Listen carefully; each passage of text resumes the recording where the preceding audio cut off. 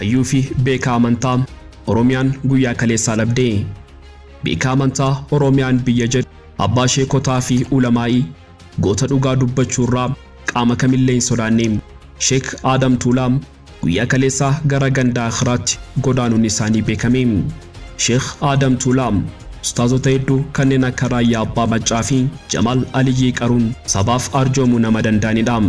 Sirni geggeessaa iyyuu kabajamaa kanaa guyyaadhaa magaalaa Harar bakka jaallattoonni isaanii dinqisiifattoonnii fi waayilleen isaanii kuma dhibbootaan lakkaa'amanitti raawwatamaa jira. Bal'ina gabaasaa kanaa qindeeffannee jirra. Turtiin keessan haga xumuraatti nu faana ta'u. Godina Baashaggar ona Fantaallee keessatti hidhattoonni Bilxiginnaa haftee abbootii gadaa Karrayyuu tokko ajjeesuun dhaga'ame. Gama biraatiin aanaa Fantaallee fi Boosatitti weerarri lafaa humnoota naannoo Amaaraatiin taasifamaa jiru hammaachuun himame. Ashamaa harka fuunii kabajamtoota hordoftoota keenya. Odeeffannoolee wayitaawaa onkololeessaa 19 2022 kan saatii kanaa qabannee walitti deebinee jirra. Haga xumura odeeffannoo keenyaatti nu faana turaa jechaa kanneen chaanaala YouTube keenyaaf haaraa taatan subscribe tolchuun maatii chaanaala keenyaa ta'aa. Odeeffannooleen wayitaawaa biyya keenyaa saffisaan akka isin dhaqqabuuf qophii keenya like gochuun akkasumas share gochuun hiriyoota keessaniif qooduun nu faana turaa. Qophii keenya irratti yaada qabdan ammoo komentii keessatti barreessuun nuuf qoodaa. Odeeffannoo keenya guyyaa har'aa waliin turtii gaarii.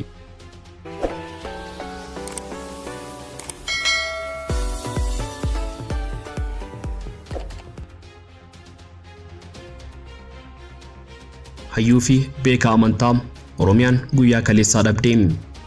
Beekaa amantaa Oromiyaan biyya jedhu abbaa sheekotaa fi ulamaa'ii goota dhugaa dubbachuurraa qaama kamillee hin sodaanne Sheek Adam Tuulaa guyyaa kaleessaa gara gandaa akhiraatti godaanuun isaanii beekame. Sheek Adam Tuulaa ustaazota hedduu kanneen akka Raayyaa Abbaa Maccaa fi Jamaal Aliyyii qaruun sabaaf arjoomuu nama danda'anidha. Sirni geggeessaa iyyuu kabajamaa kanaa guyyaadhaa magaalaa Harar bakka jaallattoonni isaanii dinqisiifattoonnii fi waayillan isaanii kuma dhibbootaan lakkaa'amanitti raawwatamaa jira. Aalimni guddaan biyyattiin qabduu fi abbaan ulamaawotaa fi sheekan hedduu barsiisaan amantaa muftii Haajii Adam Tuulaa umurii isaanii ganna 110tti biyya lafaarraa gara fuula rabbii isaanii godaananii jiru. Sheek Adam Tuulaa aalima beekamaa amantaa Islaamaa yoo ta'u beekaa amantaa Islaamaa guddaa barattoota diin Islaamaa kumaatamaan barsiisuudhaan darasoota mushida ulamaawota sheekan ustaazota حافظوتا قرآن فيم حديثام عالموتا فيم إماموتا مسجدام akkasumas hayyota amantaa Islaamaa kumootatti lakkaa'aman oomishuun beekumsa amantaatiin leenjisanii ga'umsuudhaan eebbisiisaa turanii jiru. Sheek Adam Tuulaa seenaa ulamaawota biyyattii keessatti aalima beekamaa namoonni amantaa gurguddaan kan akka Raayyaa Abbaa Maccaa dabalatee beekumsa amantaa irraa baratan yoo ta'u iyyuu amantaa Islaamaa guddaan kun bara jireenya isaanii keessatti dhaloota kumootaan lakkaa'aman beekumsa amantiin qaranii muftii oomishaa turanidha. Sheekanii Sheek Adam Tuulaa kan dhalatan Harargee Bahaa aanaa Kombolchaa naannawaa Tuulaa Maasuur jedhamutti yoo ta'u umurii isaanii ijoollummaa irraa jalqabuun kuma barattoota ilmii amantaa Islaamaa baratan hundatti beekumsa diinal Islaam funaanuudhaaf manarraa ba'anii sheekan naannawaa isaanii jiranii fi sheekan kanneen biroo irratti Quraana irraa jalqabuudhaan kitaabilee amantaa hedduu hayyuu barachuudhaan beekumsa amantaa sadarkaa olaanaa gonfatanidha. Sheekanii Sheek Adam Tuulaa yeroo dheeraadhaaf ergaa beekumsa amantii Islaamaa barachaa turaniin booda ilmii amantaa Islaamaa baratanii turanis hojiitti hiikuuf dhaloota barumsa amantiitiin qaranii baasuudhaan aalima barattoota diinal Islaam hedduu oomishanii jiru. Seenaa isaanii keessatti Sheek Adam Tuulaa dhaloota hedduu beekumsa diin Islaam barsiisuurraan kan ka'e gulantaa maqaa akkaan guddaatee kan Sheekanii jedhamu badhaafamanii jiru. Aalimni guddaan amantaa Islaamaa kun bultii jaarratanii ilmaan hedduu horanii jiru. Muftii Haajii Adam Tuulaa manguddoo araaraa fi nagaa biyyattiin qabdu keessaayis nama tokkodha. Seenaa bara jireenyaa isaanii keessatti hayyuun amantii Islaamaa Sheek Adam Tuulaa kun nageenya biyyattiif naannoo isaanii mudatte hedduu beekaa amantiidhaan manguddummaan xumuran yoo ta'u walitti bu'insa baroota duraa uummata Oromoo fi Somaalee jidduu tures hayyuu amantii maanguddummaan xumura itti godhan ta'uun seenaan isaanii ni yaadatama. Sheekanii kun Sheekh Adam Tuulaa eega dhukkubsataa turanii booda umurii isaanii ganna 110tti gara fuula Rabbii isaanii deemuun beekamee jira.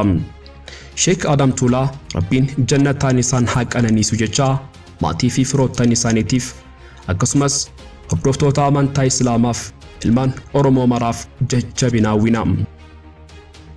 Godina Baha Shaggar Oonaa Fantaallee keessatti hidhattoonni biltsiginnaa haftee abbootii gadaa Karrayyuu tokko ajjeesuun dhaga'ame.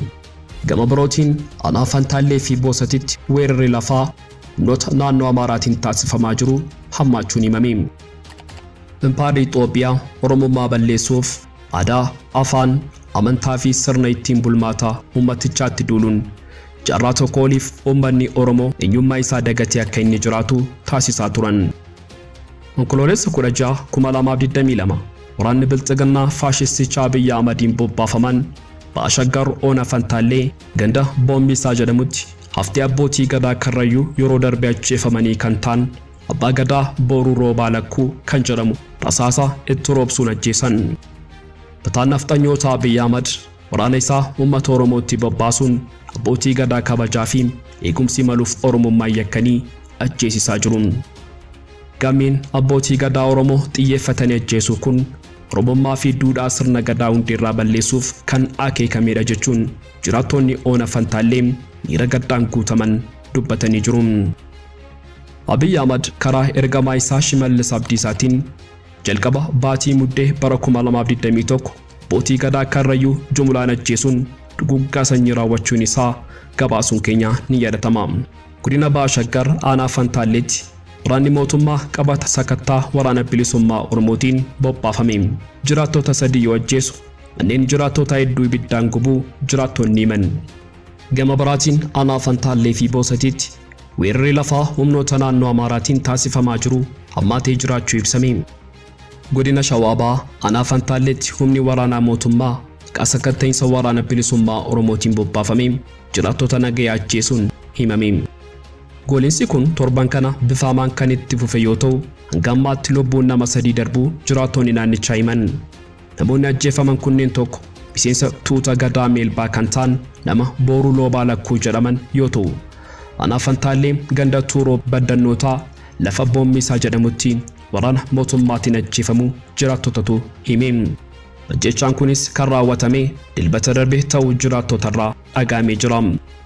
Namoonni ajjeefaman 2 ammaaf maqaan isaanii baramuu baatus aanaa Fantaallee ganda Gidaaraatti ajjeefaman. Waraanni mootummaa dhibbootaan lakkaa'amu aanicha keessa qubsiifamuun hawaasa nagayaa goolaa jiran kan jedhan jiraattonni itti ammaa gandoota akka Haroo Qarsaa, Deebitii, Ilaalaa Qararrii, Xuxuuxxii, Haroo Hubaa fi kanneen biroo keessaa horsiisee bultoonni hawaasa Karrayyuu baqatanii jiraachuu dubbatu. Gandoota kana keessatti ilmi dhiiraa horii bobbaafatee galfachuu hin dandeenye kan jedhan jiraattonni loonii fi re'ee dubartootaa fi daa'imman eegaa akka jiran dubbatu. Waraanni mootummaan bobbaafame kun raayyaa ittisa biyyaa fi humnoota poolisii addaa Oromiyaa ta'uu ibsuun jiraattonni hawaasarraa humnaan hidhannoo hiikaa jiraachuus addeessanii jiru.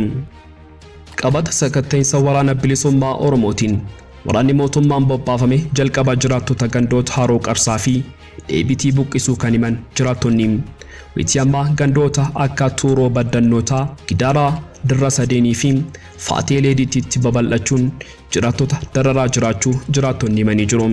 Waraanni mootummaa gandoota kana mandheeffatee horii horsiisee bultootaa humnaan saamuun qalachaa jiraachuu kan himan jiraattonni manneen jiraattota danuu ibiddaan barbadeessaa jiraachuus odeeffannee jirra. Itti manneen jireenyaa gubaa turetti haadholii umriin fagaatan 2 kanneen baqachuuf humna dhaban ripicha cimaa irratti raawwachuun miidhaan cimaa irra ga'us jiraattonni himanii jiru. Akkasuma gandoonni Galchaa, Dhagaa Hedduu fi Bantii jedhamanis maqaa sakattaa waraana bilisummaa Oromoo jedhuun waraana mootummaatiin goolamaa jiraachuun ifoomee jira. Gama biraatiin hidhattoonni naannoo Amaaraarraa bobbaafaman daangaa ce'uun dhukaasa hawaasaa nagayaa irratti bananiin aanaa Fantaallee lafa Abbaa Kuulaa jedhamutti loon hedduu saamuu odeeffannee.